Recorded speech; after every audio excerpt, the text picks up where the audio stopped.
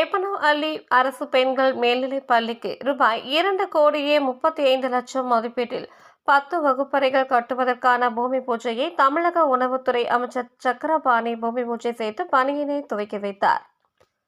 கிருஷ்ணகிரி மாவட்டம் வேப்பனஹள்ளி அரசு பெண்கள் மேல்நிலைப் பள்ளியில் நபார்டு திட்டத்தின் கீழ் ரூபாய் 2,35,00,000 மதிப்பில் கூடுதல் பள்ளி கட்டிடம் கட்டுவதற்கான பூமி பூஜை நடைபெற்றது.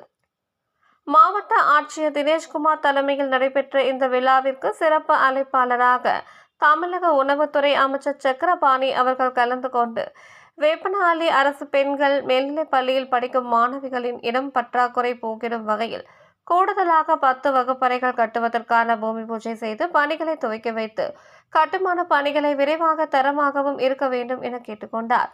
இதனைத் தொடர்ந்து வேப்பனஹள்ளி ஒன்றியத்திற்கு உட்பட்ட சிகரமான பள்ளி மற்றும் மாணவர்ண பள்ளி ஆகிய இடங்களில் புதிதாக கட்டி முடிக்கப்பட்ட நியாய விலை கடையினையும் அமைச்சர் திறந்து வைத்து பொதுமக்களுக்கு அரிசி, பருப்பு உள்ளிட்ட மளிகை பொருட்களை வழங்கினார்.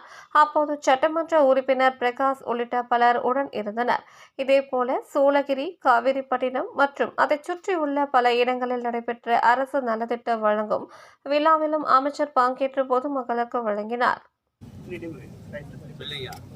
அப்படியே கடப்பார்